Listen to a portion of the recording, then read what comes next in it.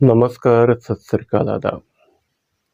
The new testament, नया नियम जिसे कहा जाता है, यह एक छोटा सा संग्रह है जिसमें 27 दस्तावेजों में से 4 सुसमाचार शामिल हैं।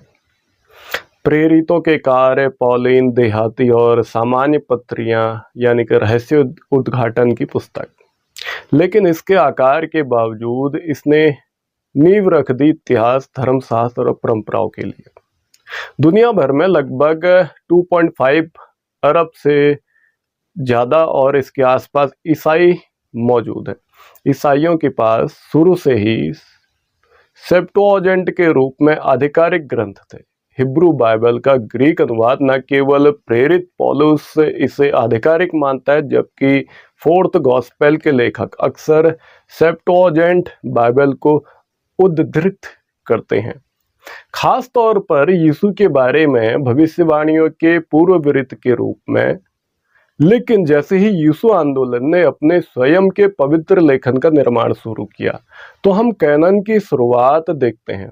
यह शब्द का ग्रीक लिप्यंतरण है, यानी कि यह ग्रीक शब्द का लिप्यंतरण है जिसका अर्थ होता है रीड या फिर मापने वाली छड़ी।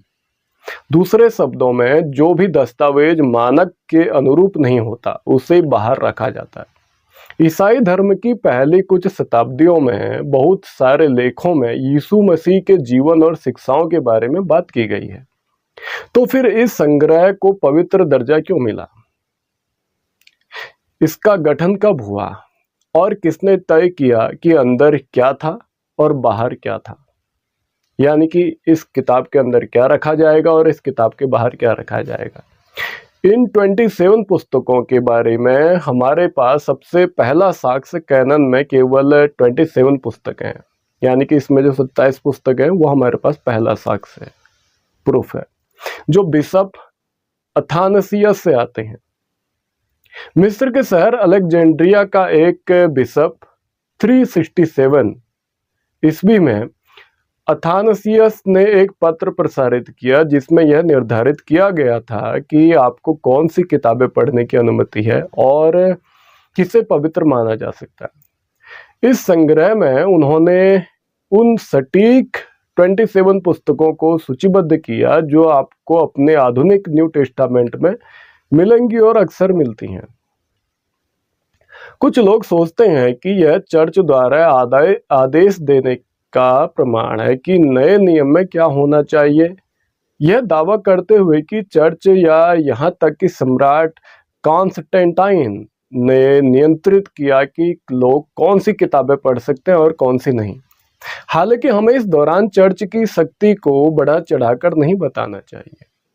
हालांकि बिशप अक्सर अपने आप में शक्तिशाली राजनेता होते थे। ईसाई विद्वान इस बात से सहमत हैं कि अपने लोगों के दैनिक जीवन को नियंत्रित करने की उनकी वास्तविक शक्ति वास्तव में काफी सीमित थी। इसके बजाय अथानसियस का यह पत्र एक बिशप की राय दर्शाता है जो उत्तरी अफ्रीका के मुट्ठी भर चर्चों के बारे में लिख रहा था। दूसरे शब्दों में, यह एक स्थानीय कैनन है। हमने पाया कि इस समय आसपास अन्य क्षेत्रीय परिषदों ने अपने स्वयं के कैनन निर्धारित किए। उदाहरण के लिए लॉडिसिया की परिषद अथानसियस से 3 साल पहले हमारे आधुनिक न्यू टेस्टामेंट में मौजूद 27 में से 26 की पुष्टि की गई थी। केवल रहस्य उद्घाटन की पुस्तक को नकली के रूप में खारिज किया गया था और चर्च के इतिहासकार यूसेबियस जैसे अन्य लोगों ने इसे अस्वीकार और रिजेक्ट कर दिया। दूसरा पीटर, तीसरा जॉन और जूड, जबकि शेष को विहित मानकर पुष्टि की। भले ही अथानसियस का कैनन हमारे आधुनिक न्यू टेस्टामेंट से मेल खाता हो, इसका मतलब यह नहीं है कि चर्च यह आदेश दे रहा था कि कैनन में क्या होना चाहिए। नहीं, इसका मतलब यह है कि 27 पुस्तकों का निपटान 367 ईस्वी पूर्व तक, क्रिश्चियन एरा के पहले तक किया गया था, बल्कि चर्च के इतिहास के पहले 400 वर्षों तक कैनन प्रवाह में था, अक्सर चल रहा था। पूरे भूमध्य सागर में ईसाई समूह इस बात पर बहस कर रहा था कि कैनन में क्या होना चाहिए और क्या नहीं। लेकिन क्या यह कहना उचित है?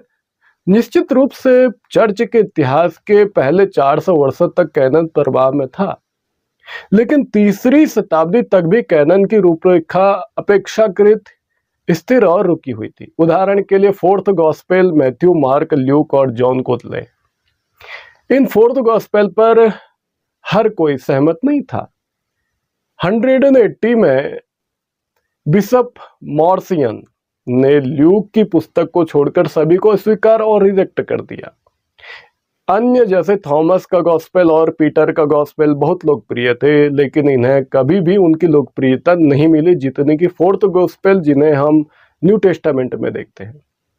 इन फोर्थ गॉस्पेल ने सबसे मजबूत प्रशंसनीय आधार जीता। इस संबंध में या तो उनकी जटिलता, प्राचीनता रही है, और या फिर इस तथ्य के कारण कि ईसाइयों ने उन्हें दूसरी शताब्दी की शुरुआत में ही प्रसिद्ध लेखक बताया।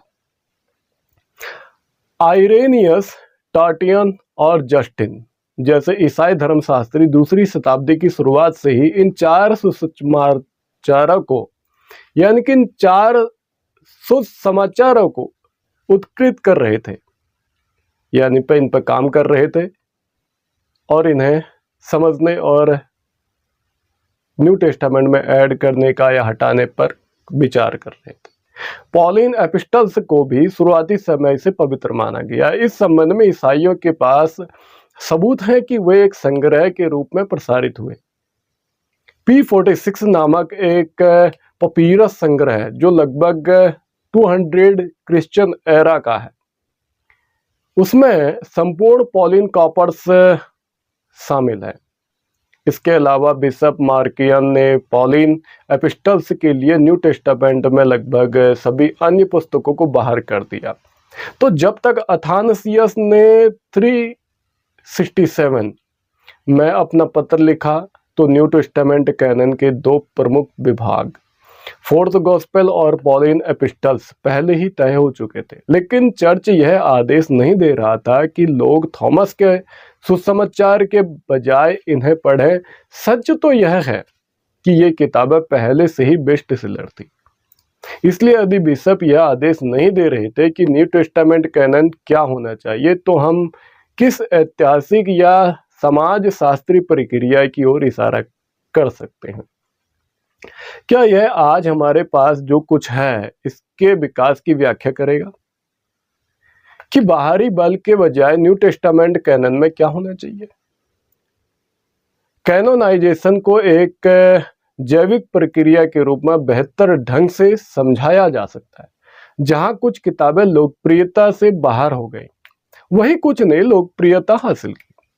यह एक ऐसी प्रक्रिया जो आज YouTube पर वीडियो वायरल होने की प्रक्रिया से कुछ ज्यादा भिन्न या फिर अलग नहीं है। प्रिंटिंग प्रेस तकनीक के बिना ईसाई दस्तावेज मैनुअल केवल शब्द दर शब्द प्रतिलिपि के माध्यम से प्रसारित हुए और फिर बाद में रोमन साम्राज्य के व्यापारी मार्गों पर इसका प्रसार हुआ और प्रचार हुआ। यदि उस समय कोई पुस्तक विशेष समझी जाती थी तो उसकी नकल करके उसे प्रसारित और प्रचारित किया जाता था। यदि यह विवादास्पद था तो ऐसा क्यों? क्या इसे कॉपी नहीं किया गया था? इसलिए इसके लिए दर्शक वर्ग छोटा था और जिसे फिर दोबारा प्रकाशित किया जाता रहा। शुरुआती ईसाई पाठ द शेफर्ड ऑफ हर्मास इस संबंध में एक उदाहरण है। हर्मास का शेफर्ड दूसरी शताब्दी का एक सर्वनाशी पाठ था जिसमें एक संग्रह था जो दैनिक नैतिक जीवन के बारे में दर्शन और दृष्टांत व्यक्त करता था। शुरुआती दौर में चर्च इतिहासकार यूसेबियस ने सोचा कि यह पॉल के किसी साथी द्वारा लिखा गया होगा और इसलिए इसे एक प्रारंभिक और आधिकारिक पाठ माना गया। लेकिन देखने में आता है कि कोडेक्स साइनेटिक्स में अन्य दस्तावेजों के साथ साथ यह भी शामिल है। हालांकि कुछ अन्य लोगों ने इसे जालसाजी माना और इसे अस्वीकार और रिजेक्ट कर दिया। इस विवाद के कारण हर्मास के चरवाहे को कभी भी लोकप्रियता हासिल नहीं। इसके अनिश्चित लेखकत्व के साथ साथ देर से प्रकाशन की तारीख ने इसे कोई दर्जा प्राप्त करने से रोक दिया। हम उन प्रक्रियाओं पर कुछ प्रकाश डालने के लिए सेफर्ड ऑफ हर्मास का उपयोग कर सकते हैं, जिनके कारण ईसाई धर्म संप्रदाय में संत घोषित किया जा सकता है। थॉमस के सुसमाचार के विपरीत चर्च के नेताओं द्वारा हर्मास के चरवाहे की कभी भी पूर्ण रूप से निंदा नहीं की, क्योंकि अधिकांश ईसाइयों को यह किताब पसंद आई। जब हम गहराई से समझने की कोशिश करेंगे तो पता चलता है कि इसके बहिष्कार का कारण यह था कि चर्च के अधिकारी इस पुस्तक को बाहर रखने के लिए सक्रिय रूप से प्रयास नहीं कर रहे थे, बल्कि इस पुस्तक में पहले स्थान पर वह दर्जा हासिल करने के लिए प्रभाव और लोकप्रियता का अभाव है। अंत में हम पाते हैं कि न्यू टेस्टामेंट कैनन 2 से विकसित हुआ है, यानी कि जो न्यू टेस्टामेंट है ये 2 सेकंड से विकसित हुआ, यानी कि जो इसका कैनन है ये 2 से विकसित हुआ। एक और अथानसियस,